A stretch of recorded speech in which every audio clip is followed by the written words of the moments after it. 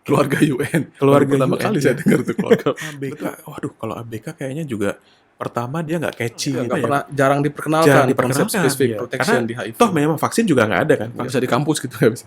Ya bisa aja kalau misalnya kampusnya 100% isinya pekerja seks misalnya, itu bisa Itu itu. kampus apa itu? Nggak ada ya, itu nggak ada. Jangan.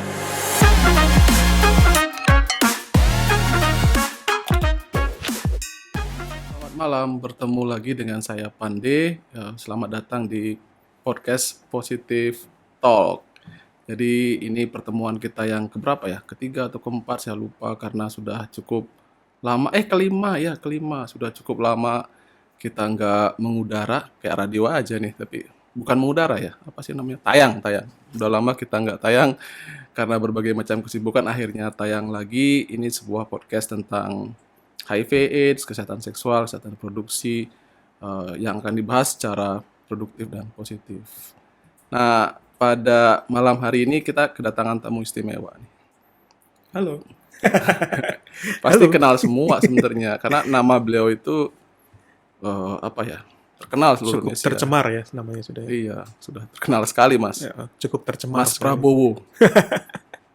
Nggak ada yang nggak kenal Menhan sama ya? Prabowo. Menhan bukan? Bukan, saya Menteri Pertahanan di rumah saya. Oke. Ya, jadi kita kedatangan Dokter Bagus Rahmat Prabowo. Belakangnya apa, Mas? Spesialis apa? Oh enggak, saya Master Public Health. Oh, Iya. Dokter Bagus Rahmat Prabowo MPH, Iya. yang sehari-harinya adalah konsultan di UNAIDS Indonesia. Betul.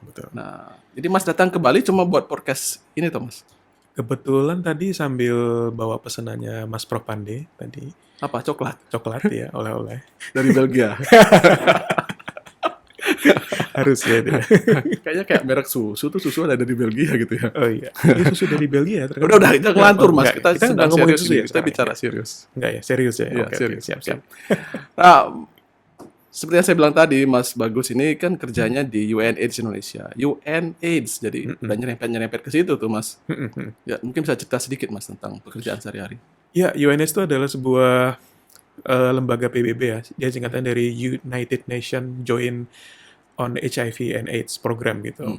Jadi sebetulnya kayak koordinator gitu ya. Fungsinya tuh mengkoordinasikan program penanggulangan dan pencegahan HIV bagi UN family lainnya ya, seperti misalnya kalau ya kita mengkoordinasikan dengan mitra lain, WHO, UNICEF, ILO, UNFPA, UNDP, UNSCR, ada lagi tuh banyak ya pokoknya. UNDP juga masuk ke bagian yang kita koordinasikan. Bukan berarti kita di atas mereka ya, enggak. Kita sama-sama setara, tapi kita punya mandat untuk koordinasi juga gitu. Koordinasi. Jadi karena kan HIV itu bukan hanya masalah kesehatan ya. Ada masalah lain, misalnya kalau HIV pada pengungsi gitu, pada refugee, UNHCR gitu. Oh, oke. Atau HIV pada ibu dan anak misalnya, itu mungkin UNICEF atau UNFPA. Atau HIV pada pendidikan mungkin UNESCO gitu. Jadi banyak saling faktor bersinggungan gitu. Ya, UN family gitu ya. Ya, UN families ya. Keluarga UN. Keluarga Baru pertama UN, kali ya. saya dengar tuh keluarga. Betul, karena kayak apa ya, banyak lembaga UN lain yang mungkin teman-teman mungkin baru dengar gitu. Kayak misalnya UNODC mungkin baru dengar. Ya, baru terakhir-terakhir ini saya dengar. Iya, United Nations on Drugs and Crime gitu. Jadi ngurusin biasanya narkoba itu sangat dekat sekali kan dengan HIV ya. Crime juga sama itu. Jadi itu salah satu yang kita koordinasikan juga gitu. Oke, itu pengantar tadi ya teman-teman. Jadi kita podcastnya bukan tentang UN family, bukan. Tapi pengantar biar sekedar tahu. Kenapa? Terlalu Karena luas itu nanti. pesan sponsor penting. Podcast ini didukung Iya. betul. Oleh UNAIDS Indonesia. Iya. Makasih Mas Bagus. Sama-sama Mas Prof Pande. Sekian ya sudah ya. Nah, jadi kan sesuai dengan tema hari ini, kita kebetulan kedatangan Dokter Bagus nih. Dokter Bagus ini di UNAIDS fokus beliau itu di pencegahan. Ya betul ya Mas? Betul. Di pencegahan HIV. Nah, kita tahu nih pencegahan HIV selama ini kan dikampanyekan dengan salah satu pendekatan yang paling terkenal nih, dibicarakan di mana-mana gitu, dari mungkin dari sejak kita SMP, SMA, Atau kalau aktif di kegiatan kepemudaan atau apa itu ABC gitu tuh ya. Yang C terakhir itu apa tuh Mas? C terakhir itu kondom ya. Kondom ya. Kenapa bukan K ya? ABK gitu. ABK, waduh kalau ABK kayaknya juga pertama dia nggak catchy gitu ya. Iya. ABK, Sebenarnya C bahasa anak Inggris baru ini ya. kencur. C bahasa Inggris. Kondom ya, Iya masih, kondom gitu kan. ya.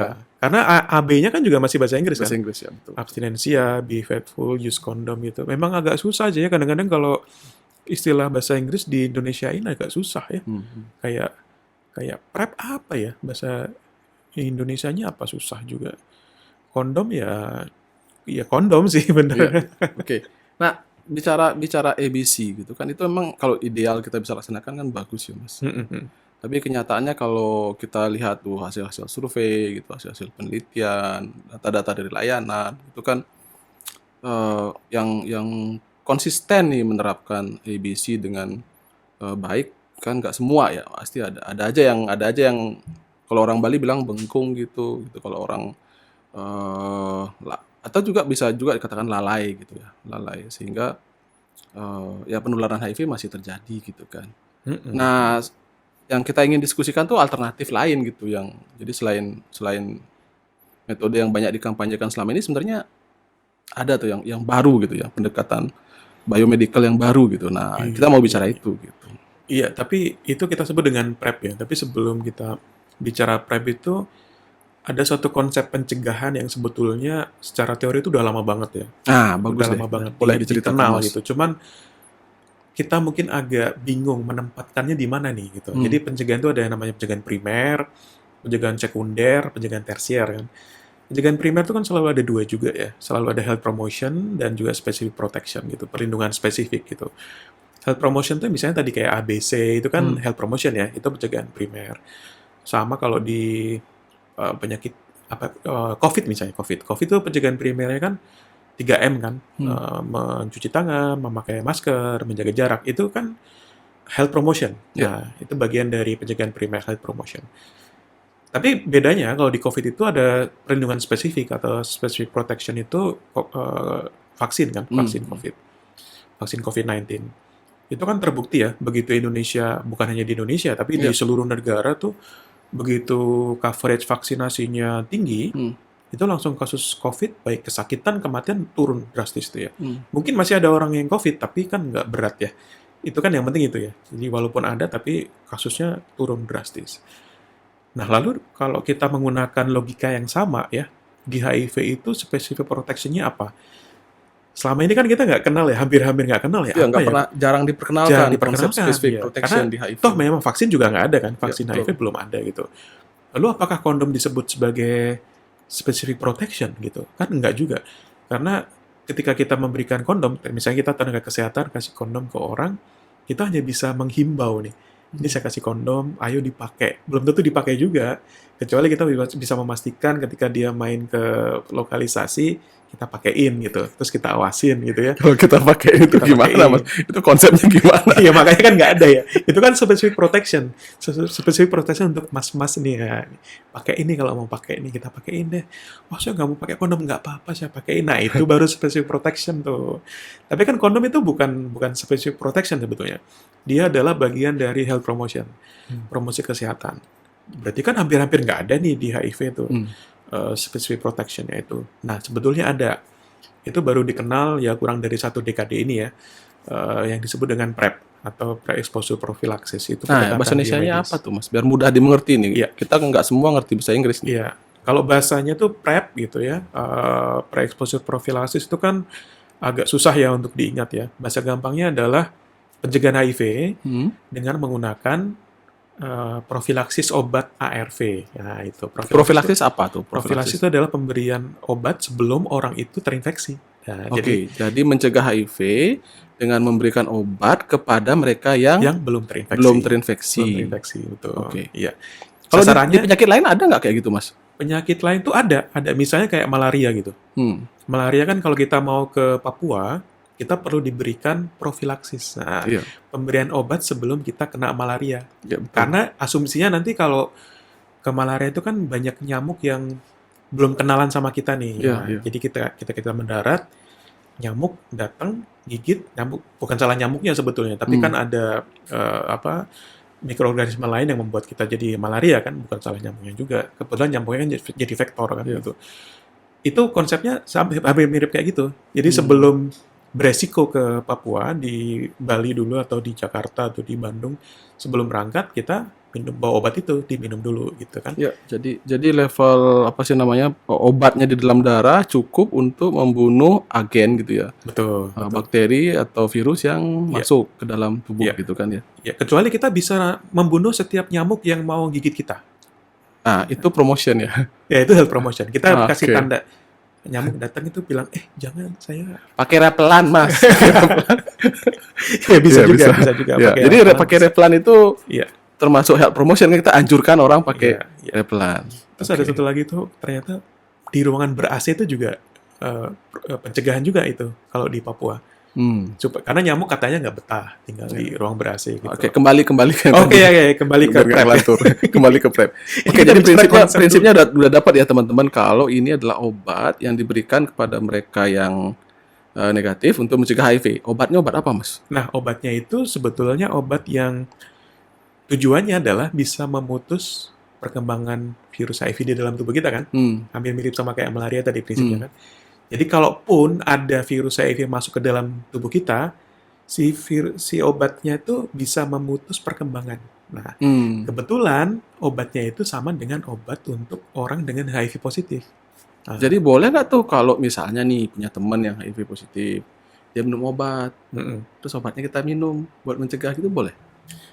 kalau secara teori bisa, Hmm. tapi secara praktis susah ya, karena nanti teman yang punya HIV itu jadi obatnya kurang dong nanti. Karena kan dia harus minum obat seumur hidup nanti.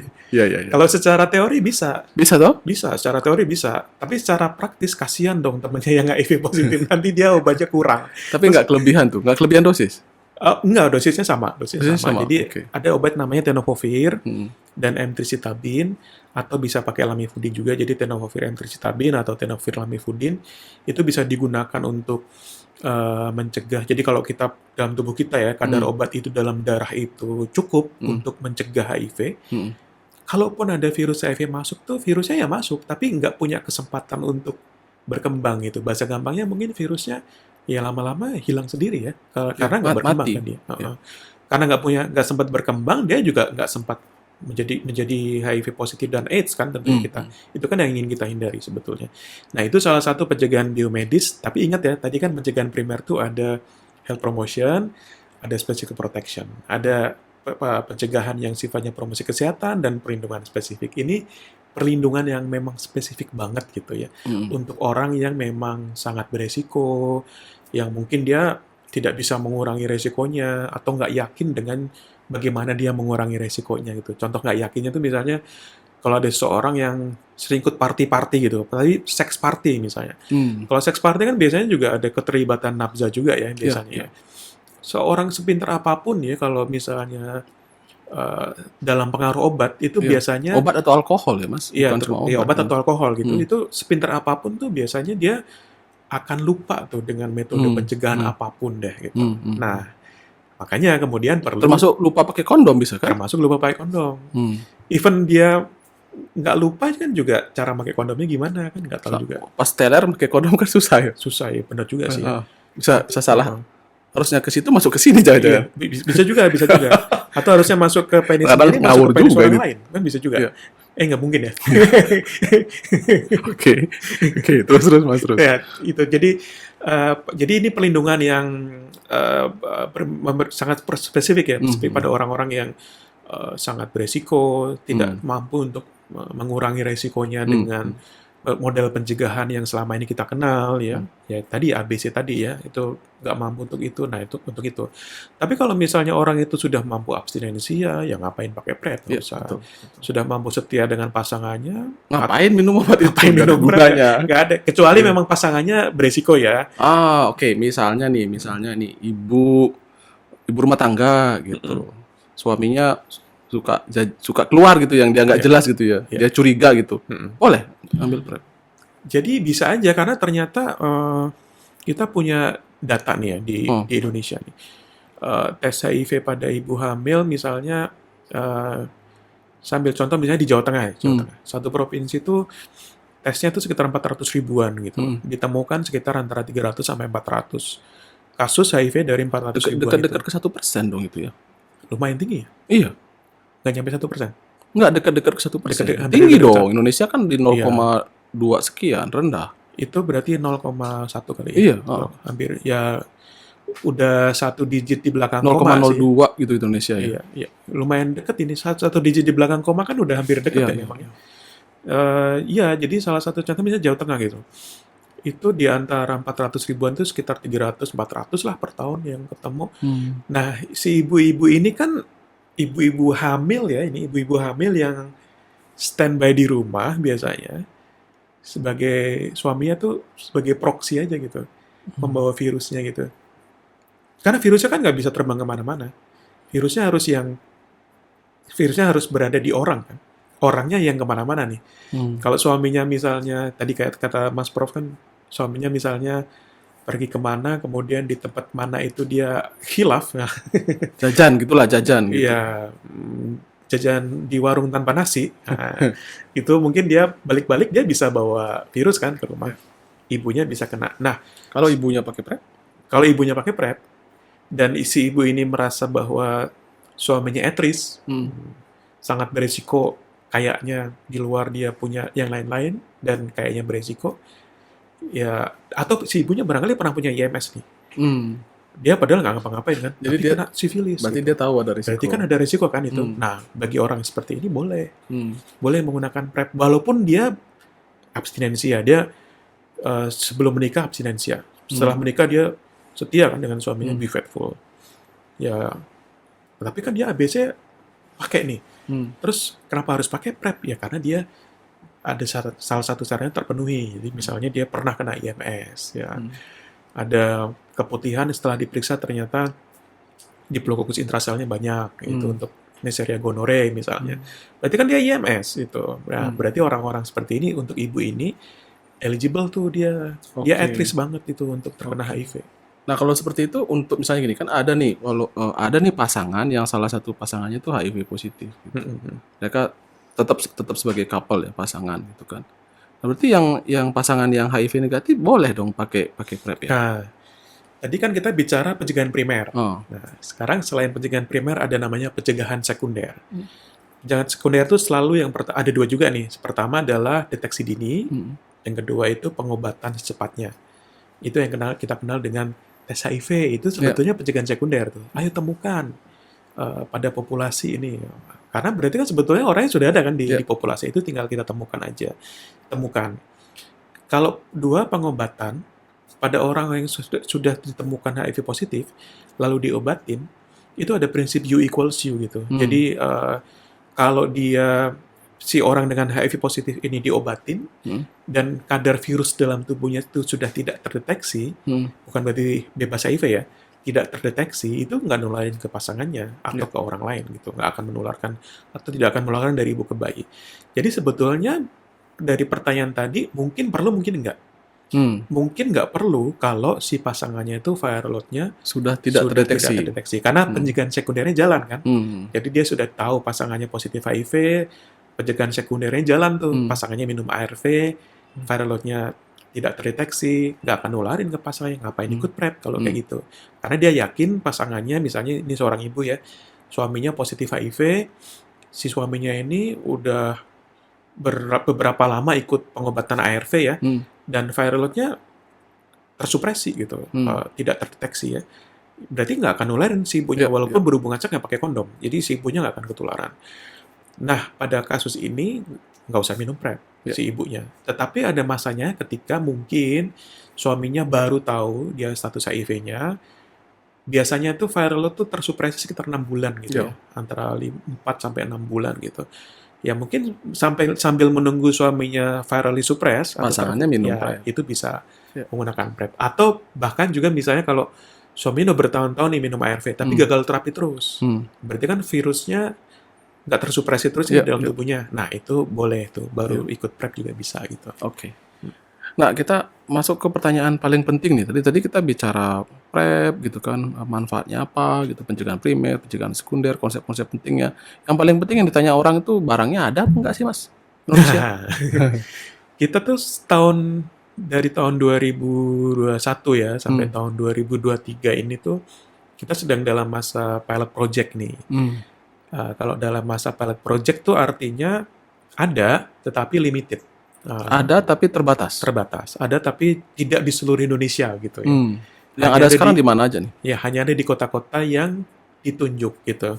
Bali masuk nggak Bali? Bali masuk, tapi nggak semua gitu, nggak Hmm. semua Bali. Jadi kenapa di kota-kota yang ditunjuk? Karena dari pilot ini kita hanya hanya ingin mencoba di 12. Kenapa 12? Karena kita pikir dengan populasi di 12 itu cukup ya. Dan yang kedua ada keterbatasan funding juga ya untuk piloting ini. Berarti masih gratis tuh karena ngomongin funding. Ya, ya, ya, karena ada support, jadi masih all free sekarang gitu ya. Jadi dipilih 12 kota yang kira-kira dengan positivity rate tertinggi atau kasus positif, HIV. persentase positif tertinggi pada orang yang dites gitu. Terus di kota yang kira-kira jumlah populasi yang berisikonya tertinggi juga, nah, akhirnya dipilihlah ada di situ, termasuk Jakarta, Bandung, Semarang, Jogja, Surabaya, Denpasar, Bandung ya, Bandung di Bali, dan Sulawesi Selatan. Kemudian dipilih di situ pada populasi, tapi jumlahnya juga di setiap kota itu nggak setiap puskesmas ada gitu ya. Kemudian dipilihlah puskesmas atau klinik yang ramah terhadap populasi yang kira-kira kayaknya berisiko gitu. Oke, jadi berarti Mas sementara terbatas pada beberapa layanan kesehatan di masing-masing kota tadi dan masih dibatasi pada populasi yang dianggap berisiko. Artinya kampanyenya ya, kampanye programnya, jualan programnya lebih di populasi yang dianggap berisiko tinggi gitu. Iya betul, karena memang sasarannya tadi seperti kita diskusikan di awal ya, memang dia untuk orang yang sangat berisiko, yang sangat sulit untuk melindungi dirinya sendiri. Untuk itu kita kampanyenya nggak bisa di kalangan umum gitu ya. Ya, nggak bisa di kampus gitu, nggak bisa. Ya bisa aja kalau misalnya kampusnya 100% isinya pekerja seks misalnya, itu bisa itu. Kampus apa itu? Nggak ada ya, itu nggak ada. Jangan, nggak ada. Jangan harapannya jangan ada. Kampus yang isinya ayam semua gitu maksudnya Mas. Nggak ada ya, itu. Kampus pagi itu. Makin ngawur aja kita ini Mas. Nggak ada. Jadi kita nggak melakukan promosi secara terbuka gitu ya. Misalnya pasang iklan di TV, ya ngomong aja nggak punya duit. Ya ada duitnya buat pasang iklan di TV gitu. Tapi itu nggak tepat sasaran gitu. Ya. Karena nanti kan kalau kampanye di TV, pasang iklan di TV gitu kan sasarannya masyarakat umum ya. Nanti ada anak kecil yang apa ya prep ya, aku mau prep mah gitu. dikira permen dong Mas. Dikira permen gitu. Nanti ada bahaya-bahaya lain yang kita nggak tahu kan. Jadi kita nggak pernah melakukan kampanye seperti itu. Jadi kampanyenya tuh selalu spesifik. Nah sekarang, ini kan yang denger, ini kan kita mau tayang di YouTube nih. Berarti yang dengerin juga mungkin segmennya dari macam-macam. Meskipun kita nanti pasang hashtag untuk membuat targeted ya pesannya. Berarti kan, nanti mungkin teman-teman jadi tahu nih ada PrEP gitu. Nah terus kalau ingin dapat informasi lebih lanjut nih, misalnya tentang efek samping, misalnya ada nggak efek samping gitu, ada nggak syarat-syarat khusus untuk bisa dapat PrEP, aksesnya di mana itu, tanya siapa Mas? Ada beberapa website dan juga campaign influencer gitu ya, seperti Saya Berani gitu ya. Saya Berani. Teman-teman bisa search di sana. Di Berarti nanti kita tulis di apa sih namanya? Di sini. Deskripsi. Nah, deskripsi. Enggak ya, nanti enggak kayak gini ya? Enggak ada. Enggak ada. Enggak. Ya, maaf. Tapi ada deskripsi. Atau di sini. TikTok kan suka ada ya. Nah, tergantung itu editornya ini sekarang. Ya terus. Iya. Saya Berani. Saya Berani. Itu terus? Ada di IG dan juga websitenya gitu. Terus yang lain? Di situ tuh ada beberapa keterangan ya, misalnya kayak ini apa sih obatnya gitu, terus efek samping, terus apa lagi ya. Terus kalau mau akses kemana gitu, nanti ada linknya, dikasih semacam link, dan juga sampai bisa bikin appointment tuh, bisa bikin janji dengan layanan yang tempat uji coba kita PrEP tadi gitu.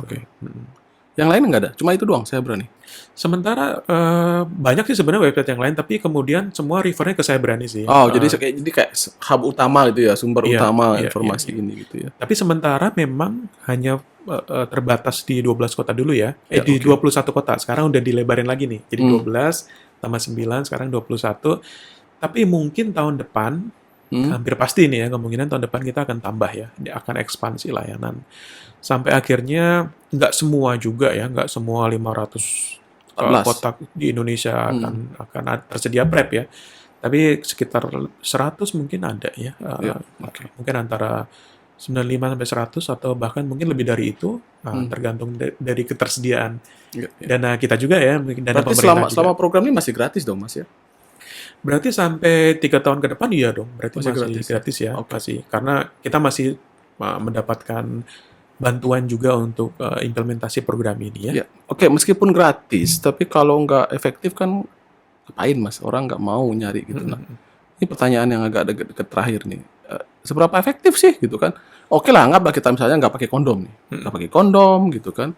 Hubungan seks dengan orang yang tidak kita ketahui risikonya gitu. Nah, siapa tahu. Misalnya nih, ya dia HIV gitu misalnya. Nah, seberapa efektif kita terlindungi nih dari Ya. risiko tertular? Kalau ngomong begitu kan harus ada bukti ilmiahnya ya. Iya. Kayak misalnya studi dari Weller tuh, dia bilang bahwa kondom itu sekitar 85%. Tapi juga efektif dalam pencegahan HIV. Bukan berarti kondom itu nggak efektif ya. Kondom itu Iya. efektif mencegah HIV. Tapi ada beberapa kondisi yang nggak memungkinkan dia dipakai secara efektif ya. Kayak tadi misalnya dalam pengaruh zat itu jadi kurang efektif jadinya. Kondom rusak juga bisa ya, Kondom Bro? rusak, penyimpanannya, cara pemakaiannya juga kurang tepat, akhirnya menurunkan efektivitasnya. Sehingga di studi Weller itu dia bilang sampai 85% lah gitu. Karena berbagai faktor human error tadi gitu. Bukan karena faktor kondomnya ya, tapi faktor human errornya. Tetapi dengan PrEP ini, karena dia pencegahannya biomedis, obatnya kan ada di tubuh kita ya. Di tubuh kita itu kayak, suka nonton Star Wars ya, kayak dikasih shield gitu loh. Kayak dikasih shield. Nah, Kalau pergi ke angkasa lain gitu. ya, jadi kalau misalnya Jedi mau cet gitu, nah itu nggak kena gitu, tahan gitu. Jadi kalau ada HIV gitu, Gimana? tubuh kita kayak dikasih shield gitu loh. Jadi, sorry ini lewat nih, HIV nggak kena. Gitu. Nah itu karena dia biomedis, Oke. maka masuk akal kalau pencegahannya tuh di atas 99%. Di atas Di 99%. atas 99%. Hampir Itu hampir sangat 100%. efektif kalau bahasa. Sangat efektif. Karena bahasa kita nggak usah worried lagi ilmiah kan. ya. Nggak usah khawatir, aduh cara nyimpennya gimana. Kalau kondom kan masih khawatir ya. Iya, kalau udah dia minum ya udah langsung di dalam Iya, darah. karena Gitu ya. diminum, jadi dalam tubuh kita tuh kayak ngasih shield gitu. Seret, gitu. Begitu minum, kita jadi kayak Jedi gitu. Seret gitu. Oke. Nah, ini kayaknya benar-benar yang terakhir ini sekarang. Karena udah di berapa kali tadi kertasnya udah lewat tadi itu. Oh, ada kertas ya? Mana ya? Ada. Dirimu terlalu asik ngobrolnya. Oh iya, nggak kelihatan. Oke. Ada kertas. Oke. Berarti kan diminum nih, Ya. diminum. Nah, diminumnya berapa lama gitu? Gimana Kalau- caranya minum gitu? Kalau bukan cairan ya, kalau ditelan. Minum obat, Mas, udah biasa di masyarakat kita Oh, iya, minum iya. obat. Dirimu nggak usah aneh-aneh. Minum obat tuh biasa, minum. Iya. Ada orang bilang nelan obat, nggak ada. Minum obat, Mas.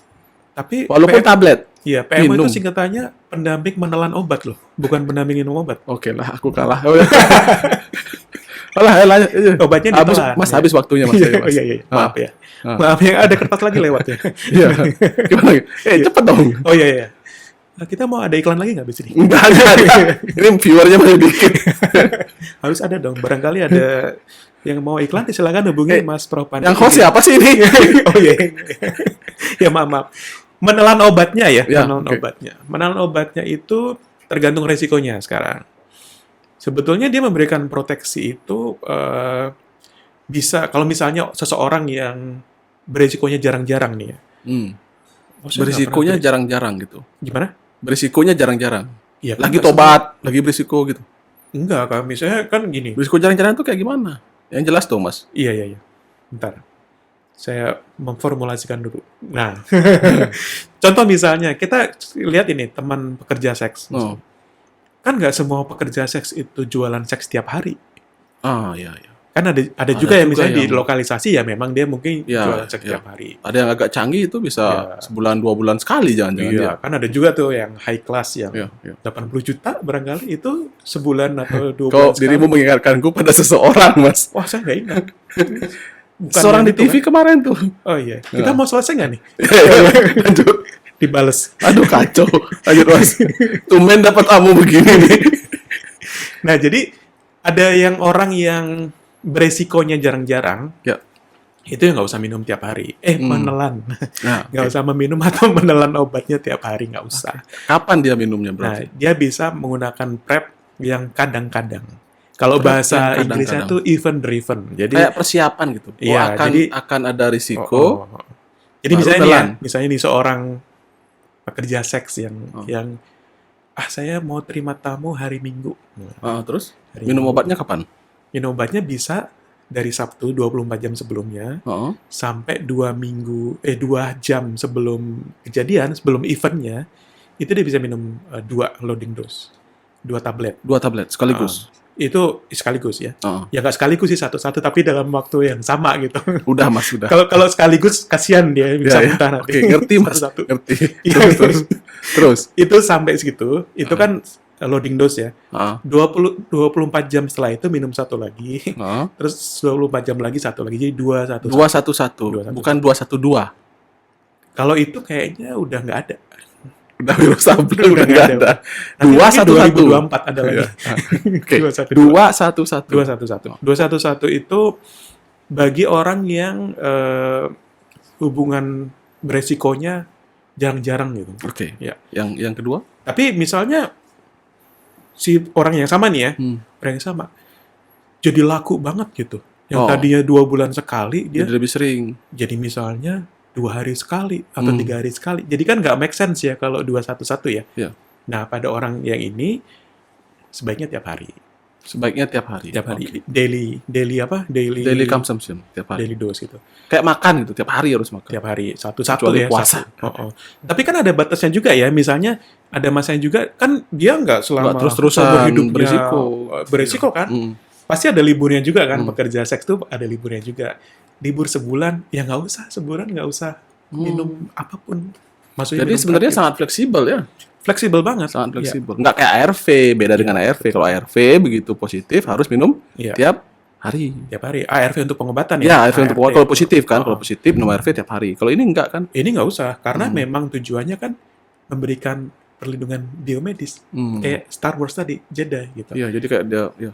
Dipakai kalau lagi mau perang aja gitu. Kalau misalnya jarang-jarang. Nah, itu istilah bagus tuh. Dipakai ketika mau perang. Iya, PrEP iya. ketika dipakai mau perang. Iya. Iya. Kayak kan saya analoginya kayak Star Wars itu, Jedi gitu. Oke. Kalau mau perang baru dipakai. Kalau enggak Oke. ya ngapain dinyalain terus? Oke. Kecuali perang tiap hari ya. Jadi kok nunjuk aku? Iya, perang tiap hari. Iya, kita enggak ya. Mas Pandey aja. Mas Prabowo. Hati-hati. Hati-hati. Iya. Oke. Oke, kayaknya kita agak banyak ngelantur juga nih, teman-teman. Tapi saya kira kita ketawa-ketawa tapi serius ya. Ketawa-ketawa serius, padat. Dan sangat menarik ya. Jadi sebelumnya kita udah pernah bicara tentang HIV, IMS, kita bicara tentang perilaku berisiko. Nah, sekarang kita bicara tentang PrEP nih. Jadi sesuatu yang sebenarnya nggak baru ya, sudah 1 dekade, tetapi memang di Indonesia baru sejak tahun 2022, tapi sudah dibicarakan beberapa tahun sebelum itu. Dan sekarang sudah di 21 21 kota kabupaten. Iya. dan harapannya nanti kita akan ekspansi lebih banyak lagi di 2024 sampai 2026, kurang lebih 100 kabupaten kota ya. 100 atau berapa, Mas? Iya, mungkin sampai 100 ya. Ya, mungkin sampai 100. 6 lebih ya. Ya, Tapi, jadi tunggu ya informasi kita berikutnya di podcast berikutnya. Mungkin kita akan bahas lagi lebih detail karena kayaknya waktunya kurang kalau cuma 20-30 menit. Nanti datang lagi ke sini ya Mas, tapi tiket tanggung sendiri. Oh iya, siap. Oke. Nanti saya pakai pintu kemana saja. Oke, jadi terima kasih teman-teman sudah mendengarkan, sudah menyaksikan podcast kita. Semoga bermanfaat. Jadi kalau mau nanti cari informasi tambahan tentang PrEP, kita akan taruh di deskripsi. Saya berani. Saya berani. Ya. Saya berani. Ya. Jadi berani tes HIV, berani juga kalau berisiko ambil PrEP. Ya. Semoga weekendnya cerah karena sebenarnya ini hari Sabtu, tapi kita masih kerja keras ya. Kita itu Kita warrior, harus kerja keras. patriot demi bangsa dan negara. Demi bangsa dan negara Indonesia. Oke, sampai jumpa kawan-kawan. Sehat selalu. Salam positif talk.